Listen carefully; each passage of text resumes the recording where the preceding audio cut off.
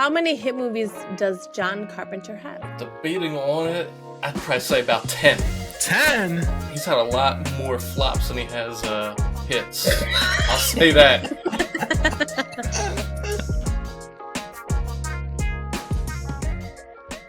Welcome back to the Spooky Nerd Club, everyone. I'm here with my co-host, Mike Loves Scary Stuff, and Kit Kat.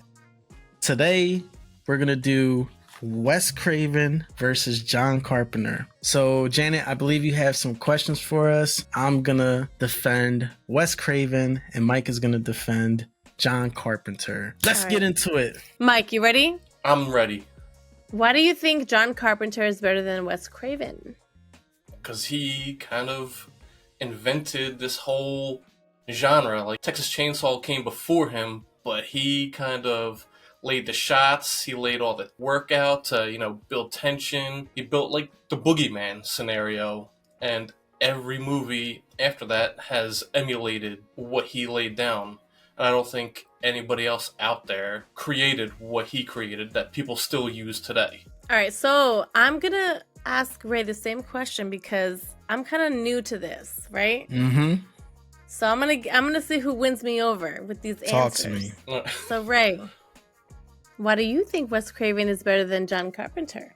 Because he changed the horror genre 3 different times in his whole career. Last House on the Left changed the whole dynamic. And then he also went into, A Nightmare on Elm Street, which terrified everyone. Not only did he did that in the 80s, he goes in the late 90s in 1996 and changed the game with coming out with Scream, which was a movie that basically started this whole teenage slasher genre in the late 90s and early 2000s. So that's the only reason why I pick Wes Craven over John Carpenter, just because he had 3 moments in his career where himself, he shifted the genre, and John Carpenter, to me, is still great, but I don't think it was as impactful as Wes Craven's films.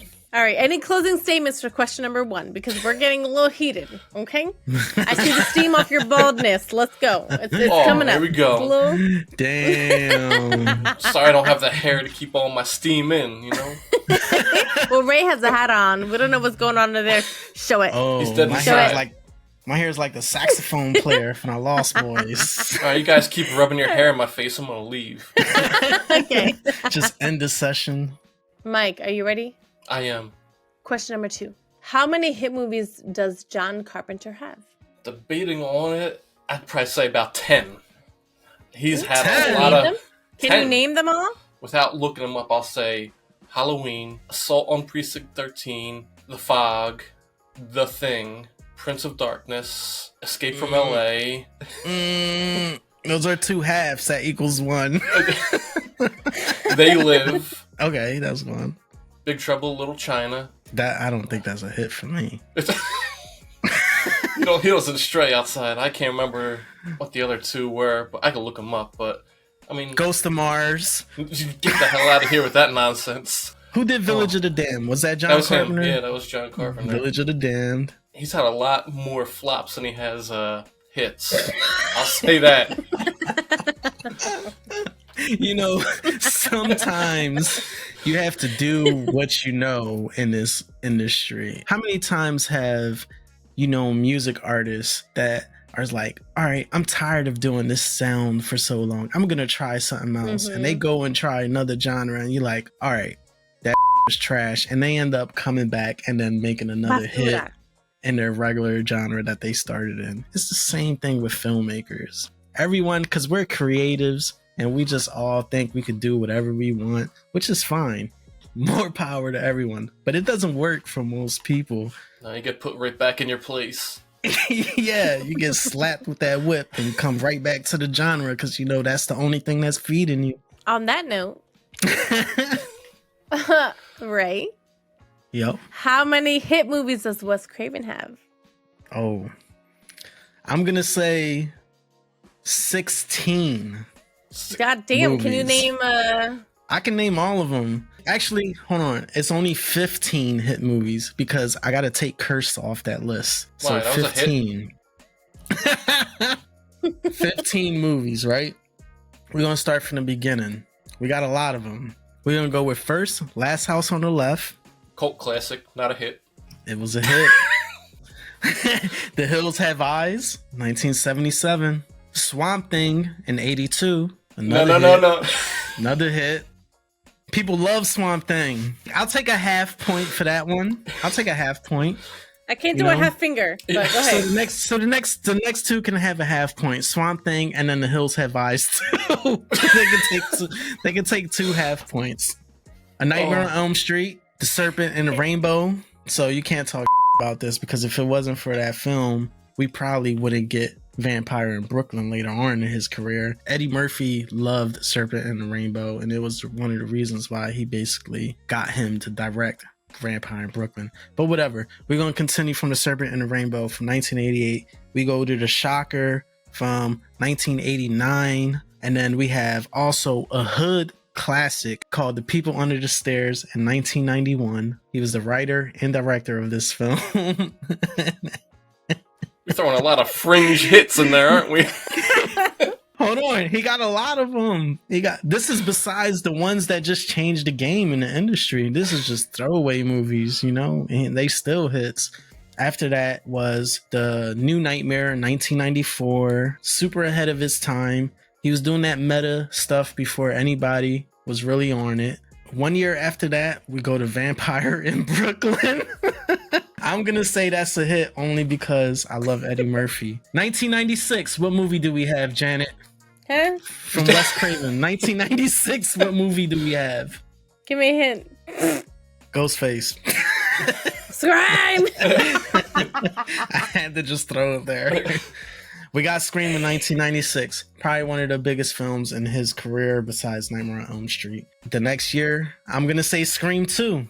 And I'm also going to say Scream 3 in 2000. You're not wrong. I'll go to straight 2005 and do Cursed, which was literally a cursed film because it took them forever to shoot. And it was probably one of his least favorite films to direct, honestly, from all of the things that I've heard about it. And then, of course, in 2011, we got Scream 4. Basically the last film that he directed before he died from brain cancer on like August 30th, 2015. It was a sad time and we didn't get to see any more from Wes because we know he would have been part of the whole new Scream franchise and all of that. So and now you're going to sit here after saying all that and make me trash him for the rest of this video. Oh my God, I lost it. That was a long answer and I apologize for that, but I had to name all of those movies because you had to name all those weird fringe hits instead of sticking with the legitimates. I mean, if you go legitimates, is Last House on the Left, Nightmare on Elm Street, Scream, the main 3. Same with Johnny C. Johnny C got Halloween and The Thing. The Fog. The Fog is nowhere near on the level of those other twos. Stop it. Mike, take Halloween from 1978 away from John Carpenter. Is he still as legendary, and why? It's hard to say because without Halloween, he's probably not getting the other big movies like The Thing and Christine and stuff like that. But saying he's still getting those opportunities? No, probably not, because The Thing just was practical effects, really wasn't too much on the script or anything for him. And I guess, that's like his next biggest hit. And after that, that's when he starts venturing off. But nothing was ever as big or was ever going to be as big as Halloween. So if you take that away from him, I'd probably say no, he's probably not. Halloween set the whole genre up for years until Scream. Halloween was the template up until Scream. Fun fact, Alice Sweet Alice came out before all of these films, and it was technically a slasher film. So let's put that in the head of people. John Carpenter? No, it's from a completely different director, but... So why put that in there? Just saying, because he said that it set the template for many of other films in the future until Scream. But, they were been doing this in Italy. All right, Ray, you ready? Yeah. Who would win in a fight? The werewolves from Cursed or Maximilian, Eddie Murphy's character in Vampire from Brooklyn? Because it's Eddie Murphy's Vampire in Brooklyn character, Maximilian. I'm gonna pick him over the cursed werewolves just because it's Eddie Murphy. It's Eddie Murphy. But I think throughout history, I always felt like vampires had an edge over werewolves because werewolves literally have to wait until a full moon to reach their full potential, but vampires literally can fly throughout the night every night they want to. So a vampire can come, sneak up on them, kill them very easily on a day that they lacking. So that's why I'm gonna pick Eddie Murphy and Maximilian. Mike, you ready? I'm ready. If Neve Campbell replaced Heather Langenkamp in the original A Nightmare on Elm Street, would it be just as good? No. Neve Campbell does not seem to have those chops. Heather Langenkamp kind of auditioned and got that part for that. Heather Langenkamp was fighting at the beginning. She fought through at, A Nightmare 1. Neve Campbell didn't really start fighting back in Scream until around 2.5, 3. She started to take some steps in 2, but 3 was when she was like, all right, I'm not putting up with this anymore. Nancy, on the other hand, was like, I'm handling it. So you think that if Heather was Neve in Scream, it'd be a different story? I do. Okay. So do you think Heather would have just tricked the shit out of Billy and Stu? No, I think, I don't think she would have flipped the script, but she probably would have fought back a little bit more instead of just running away all the time. I love Neve, but I don't think she was cut out for a nightmare. She would have got ate up like Tina in the first scene. All right, Ray, you ready? Is it better to be haunted by Freddy Krueger or Michael Myers? I think it's better to be haunted by Michael Myers. Because he's human. You can't really take Freddy on in the dream world because it's his realm and he's just the most powerful in that world. Michael Myers, he is human. He's a superhuman. But at least you could shoot him a bunch of times and he'll go away until next Halloween. You know what I'm saying? You don't have to worry about him at least for a whole season because he ain't coming back until it's trick-or-treat time again. Freddy gonna be there every night, bothering you, torturing you, and you're just eventually gonna have to give in. I'm definitely more scared of Freddy than Michael. I agree. Because I'm weak in my dreams. And he gonna do what he want with me in my dreams. Take me. You're gonna submit to Freddy in your dreams. But I just think it's a more of a fair fight to have to fight somebody once a year than every night in your dreams. Exactly. Okay, so Mike, what films should people watch from John Carpenter that aren't very popular? You know what? I would start with Assault on Precinct 13. But after that, if you really want to get into horror, I'd probably go with The Prince of Darkness and maybe Christine. I saw one of those. Yeah.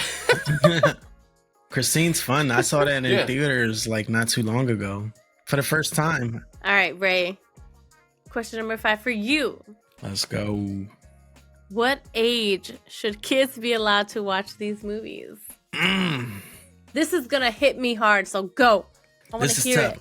So I guess it really depends on what movie they could watch out of these two. Of course, as a kid, I wouldn't recommend a kid watching Halloween or Nightmare on Elm Street. And here's a perfect example I'll give you. So once I was in Fort Lauderdale visiting my uncle, and at the time, his girlfriend's daughter was there as well. One day, we were just, being kids playing around the kitchen when her mom was there. She saw me watching Halloween, right? She grabs a big ass kitchen knife and she's like, I'm gonna kill you. Oh. Bro, and she's like 6, 8 years old or whatever, something super young. And her mom freaked out. Freaked out. Grabbed the knife away from her. I was like, don't let her watch these movies, blah, blah, blah. So I would say definitely don't let kids watch horror movies. Don't let them watch Terrifier type of stuff. No, I wouldn't. If they're 12, maybe if they're 10, 8 years old, the furthest I would probably go is maybe a Pennywise movie, like It. That's the furthest I think you can touch. If you start going into showing them crazy slasher movies and Evil Dead and Leatherface, I think it's I'm not a parent, so it's hard for me to say, but me personally, I wouldn't. You wouldn't? I wouldn't. Right, I would at least let them. So my take on this, like if I'm watching it, and they'll like peep their head around, like, oh, what are you watching? And I'll be like, oh, this. And if they're like, no, thank you, then all right. But sometimes, like my kids laughed so hard at Evil Dead. They laughed. Evil Dead. That's a creepy. Like they were not scared at all. Yeah. They were not scared at all. And I was like, I kind of was a little like. So that might show a level of desensitized that kids are now compared to how we were when we were growing up. Yeah. Right, because I don't know what they like. All right, so like they watch YouTube all the time and stuff like that. Yeah. I don't know what they see because I trust them, But when I had this movie on, I was like, no, guys, like go to the back, and they're like, I want to see, and they were watching it like cracking up, and I'm like, I feel like a bad mom. Like what's going on? But they were not scared. Yeah, that movie creeped me out. But I think it has to do with the environment of what like how they see it. You know what I mean? Yeah, like when we were in the movie theater with Five Nights at Freddy, they were terrified because of the loudness and like we had Dolby, the chairs were shaking, and then this movie it was like lights were on, everybody was there, so I guess it has to do with that too. What do you think, Mike? What's the level? 10 age for range? Everything. 10 for everything. Double digits, you're good. Last house on the left, 10 years old. 10. You're gonna learn you don't go in the woods and travel off. Bad things happen. Don't go to concerts with your friends. Yeah. Right. Last question, guys. Mike, this is for you. All you right. Ready? I am. All right, Mike. What is your favorite John Carpenter film and why? Like of all time? If I had to go all time, it's Halloween. I didn't want to go that route, but I mean, if we're going of all time, it has to be Halloween. Like I said, laid the template. Like this right here on my shirt is probably one of my favorite shots in any movie ever. I just love how he set the camera, just kind of let things play out. The quick one shot here, and he's here 1 minute, he's not there the next. Like the tension is so good, and him standing out in front of the house and just slowly walking towards, where Tommy Doyle and stuff, like that's all just nightmare stuff. If I had to pick John Carpenter as well, I'll piggyback off Mike and say Halloween, because Halloween originally was my favorite film and what was one of the first films I watched that got me into all of this stuff. And filmmaking wise, definitely a masterclass on how to shoot a slasher film. It is a perfect film in my eyes as far as horror. So it's hard to battle. I love that you chimed into his favorite. It's hard. I'll do the same thing. Scream is my second favorite horror movie of all time after Halloween. It's hard to battle between the two because honestly, they both are really great at different aspects of filmmaking. Yeah. Like they have different techniques and they did different things that just changed the game in both. In the genre itself, it's just a straight on legendary resume between the two, regardless of how you want to go on which side. Ray, your last question. Mm-hmm. What's your favorite Wes Craven film and why? My favorite Wes Craven film is Cursed. And with my girl. I'm just kidding. I just wanted to crack Mike's tension. I'm kidding completely. Oh man. Best reaction ever. Can you imagine? No. But favorite Wes Craven film for me, I remember somebody having like a huge box of A Nightmare on Elm Street. I didn't know what it was. Nightmare on Elm Street, I was like, holy shit. I was like, this guy could get you in your dreams. It took my imagination as a kid to a whole nother level. So I would say A Nightmare on Elm Street, and it's hard to pick because even following is like Scream. I love almost just as much. It's hard to bet, but I would just go with Nightmare on Elm Street for sure because it was just the first one that I saw, and Wes Craven has just been my guy for a long time because of that. So I always respected the film, respected the craft. Robert Englund. We haven't mentioned Robert Englund this whole time. No. Robert Englund, without him, this film would be nothing. Robert Englund, of course, is a guy that plays Freddy Krueger, and he just slayed that role, and he freaked me out forever. So, yeah, let's tip our hats a little bit to the. I'll tip my wig. Great, no, this is my hair. Wes Craven and Robert Englund. You know. If I had to pick one, right? Yeah. Because I like horror, but like my horror is a little different than y'all horror. If you say curse, I swear to God. Which is okay. I'm gonna say curse. I'm definitely gonna say Wes Craven because I like his movies scared me more than like the other movies. Like Freddy Krueger used to scare the out of me, literally, like as a kid, you know. Yeah, I don't think there was a kid that saw Freddy and didn't get scared. I would be scared to fall asleep, you know. Did you ever fall asleep and have a dream about Freddy? And you're like, all this the is time. it. This is it. All the time. I'm done. All right, so that pretty much wraps up this video of Wes Craven versus John Carpenter. Let us know in the comments what you think about our picks, and let us know who your favorite is. And thank you all for tuning in, and we'll see you on the next episode.